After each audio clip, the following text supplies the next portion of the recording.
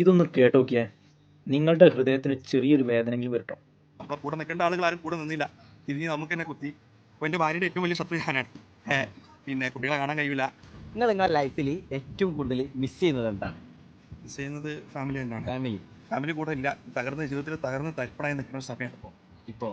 ആ സമയത്ത് അല്ല, അത് ജീവിതത്തിൽ എല്ലാവർക്കും ഓരോ ബുദ്ധിമുട്ടുണ്ടാവില്ലേ. ആ ബുദ്ധിമുട്ടിൽ തകർന്ന് തരിപ്പണായി അടിയിലെത്തി നിൽക്കുന്ന സമയമാണ്.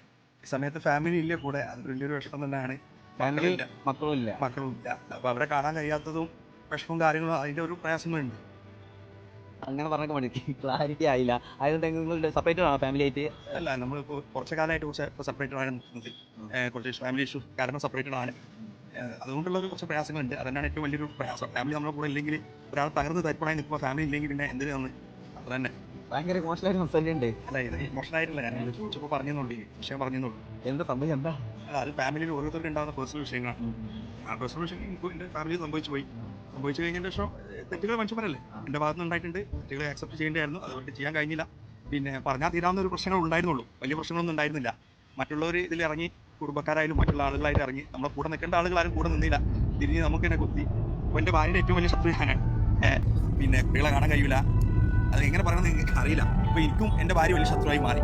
അത് അങ്ങനെ മറ്റുള്ളവർ അങ്ങനെ ആക്കി തീർത്ത്, കൂടെയുള്ള ആൾക്കാർ അങ്ങനെ ആക്കി തീർത്ത്, അതാണ് ഏറ്റവും വലിയ ഒരു പ്രയാസം. ഒന്നും അറിയാത്ത രണ്ട് വളർന്നു വരുന്ന മക്കളാണ് ഇതിൽ അനുഭവിക്കുന്നത്. ആ ഒരു പ്രയാസം മാത്രമേ ഉള്ളൂ. പിന്നെ ഏറ്റവും കൂടുതൽ നന്നായി ഇഷ്ടപ്പെട്ട രണ്ട് ആളുകൾ പിരിയുമ്പോൾ അത് വലിയ ശത്രുവായി മാറുമെന്ന് ഞാൻ കേട്ടിട്ടുണ്ട്. ഇപ്പോൾ എൻ്റെ ജീവിതത്തിൽ സംഭവിച്ചത് തന്നെയാണ്. ഇഷ്ടപ്പെട്ട രണ്ട് ആളുകൾ പിരിയുമ്പോൾ അപ്പോൾ അവരെ ഏറ്റവും വലിയ ശത്രു ഞാനും, അവരെ ശത്രു ഞാനും.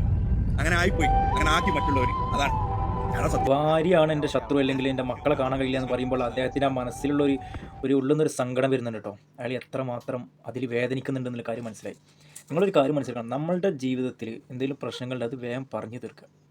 നിങ്ങളൊന്ന് ആലോചിക്കുക, ഇത് കാണുന്നവരാലോചിക്കുക, നിങ്ങളെ സ്വന്തം മക്കളെ സ്നേഹിക്കുന്നവരുടെ കാര്യമായിട്ടാണ് പറഞ്ഞത്. മക്കളെ സ്നേഹിക്കുന്നവർക്ക് സ്വന്തം മക്കളെ കാണാൻ പറ്റിയിട്ടില്ല എന്നുണ്ടെങ്കിൽ, അല്ലെങ്കിൽ അതിനൊരു അവസരം ഒരുക്കാൻ കഴിയുന്നില്ല എന്നുണ്ടെങ്കിൽ, ആ വ്യക്തിക്ക് എത്രമാത്രം വേദന ഉണ്ടാവും. നിങ്ങൾ പരസ്പരം വേർപിരിഞ്ഞ് കഴിഞ്ഞോളൂ, പക്ഷേ സ്വന്തം മക്കളെ മാതാപിതാക്കൾക്ക് കാണാനുള്ള അവസരം നിങ്ങൾ ഒരുക്കി കൊടുക്കണം. പിന്നെ ഒരു പ്രശ്നം ഉണ്ടാകുമ്പോൾ ഏതിലാണെങ്കിലും മറ്റൊരാൾ വന്ന് ഇടപെടുമ്പോൾ 90% അത് വഷളാവുകയേ ഉള്ളൂ. അതാണ് പല കുടുംബജീവിതത്തിലും പ്രശ്നങ്ങൾ സംഭവിക്കുന്നത്. കാരണം അദ്ദേഹത്തിൻ്റെ തെറ്റെന്താണെന്ന് മനസ്സിലാക്കിയിട്ട് അദ്ദേഹം ഈ പബ്ലിക്കിൽ വന്ന് ഇങ്ങനെ പറയണമെന്നുണ്ടെങ്കിൽ, അദ്ദേഹത്തിന് എന്തെങ്കിലും തെറ്റ് സംഭവിച്ചിട്ടുണ്ട് എന്നുണ്ടെങ്കിൽ അദ്ദേഹം അതിന് 1000 വട്ടം ആ ഭാര്യ മാപ്പ് പറയാൻ തയ്യാറാണ് എന്നുള്ളത് മനസ്സിലായിട്ടോ. ഇതേ കഥ ഭാര്യയോട് ചോദിച്ചാലും ഭാര്യയ്ക്കും പറയാൻ ഒരുപാട് കഥകളുണ്ടാവും. എന്തായാലും ഇവർ രണ്ടുപേരും ഈ വീഡിയോ കാണുന്നുണ്ട് എന്നുണ്ടെങ്കിൽ, അല്ലെങ്കിൽ ഈ ഇക്കയുടെ വീഡിയോ ആ ഇത്ത കണ്ടിട്ടുണ്ട് എന്നുണ്ടെങ്കിൽ, അവർ വേഗം ഒന്നിക്കട്ടെ എന്ന് പ്രാർത്ഥിക്കുന്നു കേട്ടോ. ഇതിൽ കൂടുതലൊന്നും പറയാനില്ല. കാരണം അദ്ദേഹത്തിൻ്റെ വേദന എത്രമാത്രം ഉണ്ടെന്ന് അദ്ദേഹം ആ വീഡിയോ എടുക്കുമ്പോൾ നമുക്ക് മനസ്സിലാകുന്നുണ്ട്.